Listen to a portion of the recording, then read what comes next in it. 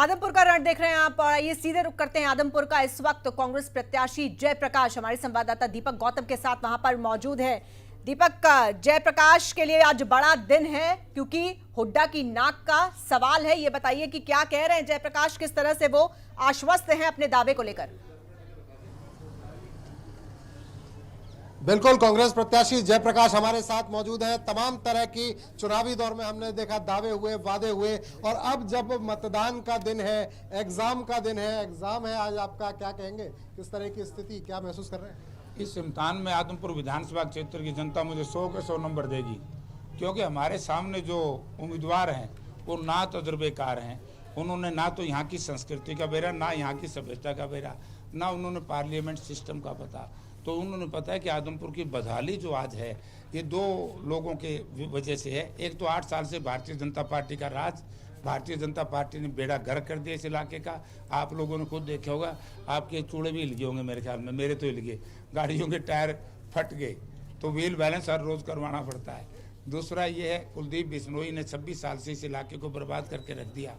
यानी कि जो व्यक्ति एक दिन पार्लियामेंट में, मेंबर पार्लियामेंट मेरे साथ रहा, और मैं खुली चुनौती इसी इलाके में दे के गया था, इसी जगह पर, कि कुलदीप बिश्नोई मंडी के साइड के बीच में आए और ये बताया कि एक क्वेश्चन कभी पार्लियामेंट में किया हो, एक क्वेश्चन 5 साल में ये इकट्ठे एक बेंच पे बैठे कभी असेंबली में किया हो। तो ऐसे परिवार को और ऐसे व्यक्तियों को कौन वोट देगा?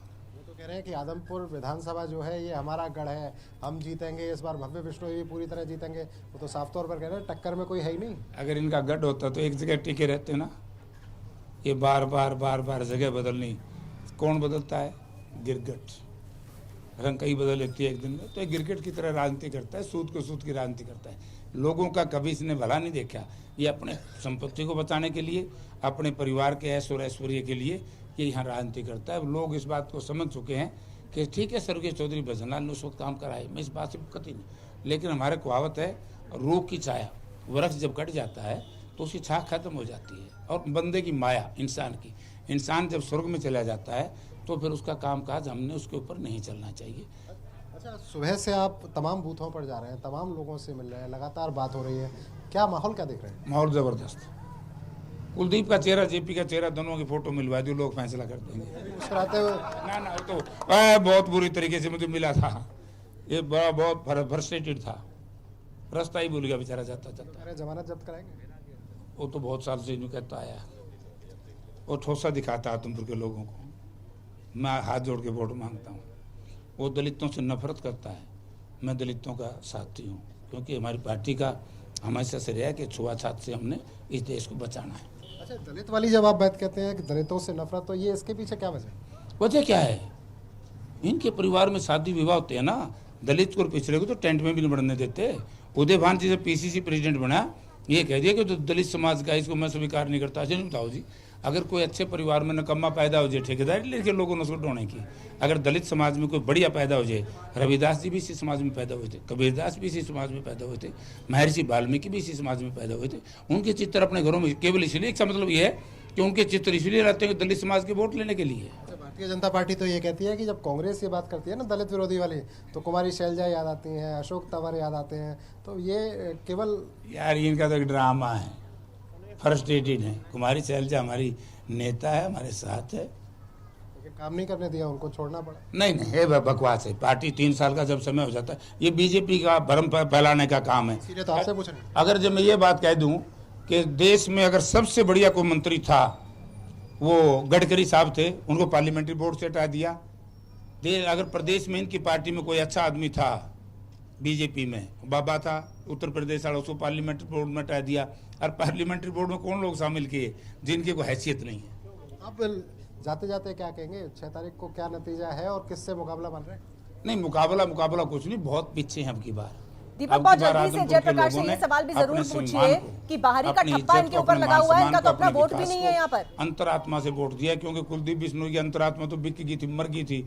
आदमपुर की अंतरात्मा जीवित है। एक सवाल स्टूडियो से आ रहा है, वो कह रहे हैं कि आपके ऊपर बाहरी का ठप्पा लग रहा है, आपकी तो वोट भी नहीं है यहाँ पे। ये तो ठीक है, मैं भारी हूँ, 102 किलो वजन है। बाहरी की बात।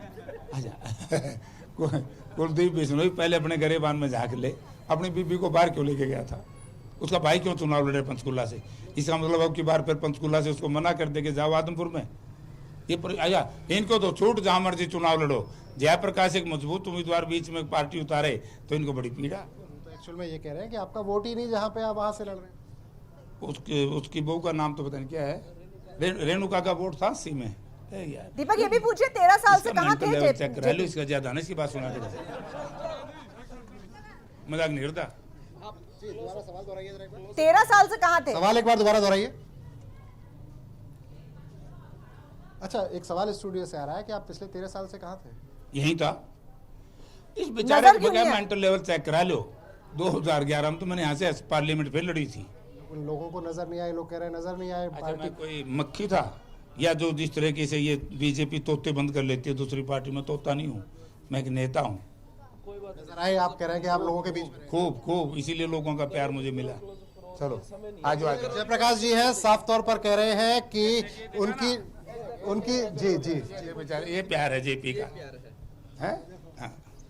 तो ये जयप्रकाश जी हैं, साफ तौर पर कह रहे हैं कि इस बार उनकी जीत तय है। पूरी तरह से बाहरी होने का जो ठप्पा है उसको इनकार करते हुए नजर आते हैं। साफ तौर पर कहते हैं कि बहुत सारे लीडर ऐसे हैं जिनका वोट संबंधित विधानसभा में नहीं होता, लेकिन वो चुनाव लड़ते हैं और साफ तौर पर वो कहते नजर आते हैं कि इस बार मुकाबला किसी से नहीं है। इस बार भजनलाल परिवार को, कुलदीप बिश्नोई को, भव्य बिश्नोई को पता चल जाएगा। इस बार कांग्रेस जीतने वाली है, ये दावा है कांग्रेस के प्रत्याशी जयप्रकाश का। जी बिल्कुल दीपक, और काफी मजाकिया अंदाज में जयप्रकाश ने काफी सहजता के साथ तमाम सवालों का जवाब दिया।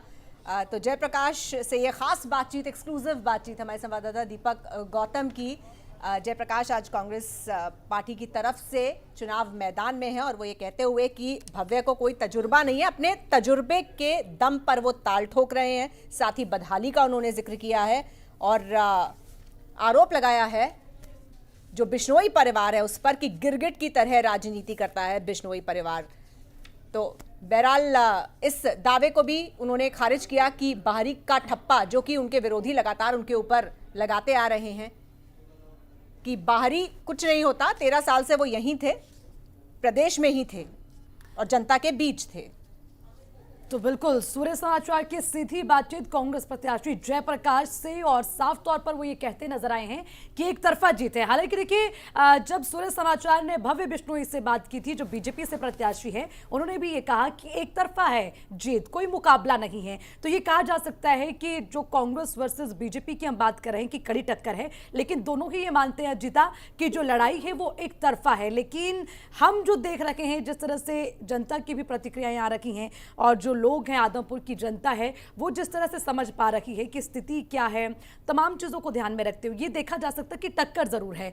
अब उम्मीदवार कुछ भी कह रहे हैं, फिलहाल के लिए तस्वीर ये कि इस बार राह बिश्नोई परिवार के लिए भी उतनी आसान नहीं रहने वाली। बिल्कुल, क्योंकि भव्य बिश्नोई युवा चेहरा है, वो पूरी तरह से राजनीतिक विरासत के भरोसे हैं कि वो जनता जिसने भजनलाल को प्यार दिया, कुलदीप बिश्नोई को दिया, वही शायद उन पर भी भरोसा जताएगी। वहीं जयप्रकाश ये कहते हुए कि तजुर्बा उनको ज्यादा है, जाहिर है 3 बार सांसद रह चुके हैं हिसार से, तो ऐसे में जयप्रकाश का अपना दावा है। लेकिन देखिए अर्चना, मुकाबला वाकई में दिलचस्प है, इसमें कोई शक नहीं, क्योंकि बहुत सारी चीजें जैसा कि हम पहले भी जिक्र कर चुके हैं, इस बार के ये जो बाई इलेक्शंस हो रहे हैं, आदमपुर का जो उपचुनाव हो रहा है, इसमें हो रही हैं।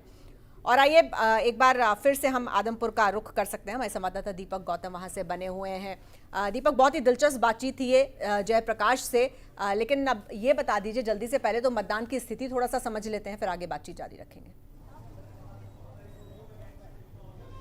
देखिए, बिल्कुल लगातार भीड़ बढ़ने लगी है, पोलिंग स्टेशन पर लगातार लोग पहुंचते जा रहे हैं और मतदान पूरी तरह से स्पीड में है। सुरक्षा को लेकर तमाम दावे किए गए हैं। सूर्य समाचार ने एसपी जो है यहाँ के लोकेंद्र सिंह, उनसे भी खास बातचीत की और अब ये कुछ लोग हमारे साथ मौजूद हैं, इनसे एक बार जान लेते हैं, क्योंकि इन्हीं लोगों ने फैसला करना है, इन्हीं लोगों ने बताना है कि आखिर आदमपुर में होना क्या है। जनाब, नाम क्या है आपका? मेरा पवन गोयल है जी। गोयल साहब, क्या माहौल आदमपुर का? माहौल यहाँ जी एक तरफा काम चल रहे हैं और बढ़िया वोटों से भव्य बिश्नोई को यहाँ से जिता के भेज रहे हैं। अभी तो कांग्रेस के उम्मीदवार आए थे, ये तो कह रहे थे कि कहीं नहीं। अपने गीत सभी करते हैं जी, हमारी जनता एक तरफा है।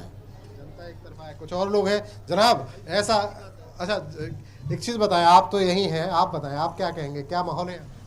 माहौल बढ़िया जी यहाँ का। क्या मुद्दे, क्या मुद्दे क्या है? मुद्दे कोई काम तो हुए नहीं। जयप्रकाश जीत के निकलेगा।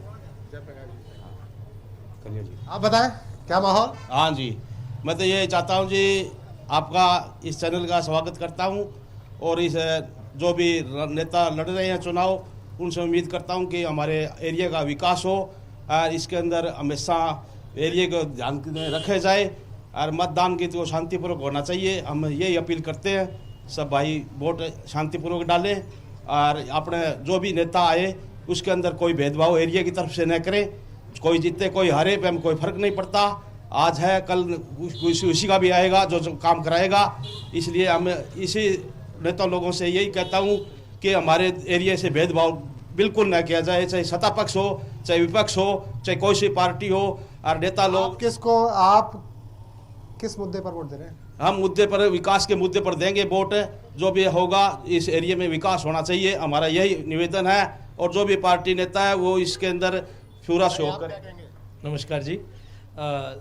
मेरे हिसाब से सत्ता में बैठी हुई हुकूमत को इस चीज़ का आभास और ज्ञान होना चाहिए कि तुम्हारे विपक्ष भी कोई है। लोकतांत्रिक परिभाषा को सफल करने वाले में पक्ष होना जरूरी है, लेकिन एक स्ट्रॉन्ग विपक्ष होना सबसे ज़्यादा मायने रखता है। इसीलिए मैं लोगों से दरख्वास्त करूंगा कि आप अपना वोट विकास के आधार पर दीजिए। आपको अगर विकास करवाना है तो आप हुड्डा साहब को वोट दीजिए, जिन्होंने अपने सीएम पक्ष में भी बहुत विकास करवाया था। भारतीय जनता पार्टी के वरिष्ठ नेता हमारे साथ मौजूद हैं, राजीव जैन जी हमारे साथ जुड़ रहे हैं। राजीव जैन जी घूम रहे हैं लगातार, बहुत मेहनत की, हम देख रहे हैं कि शुरू से आप लगे हुए हैं।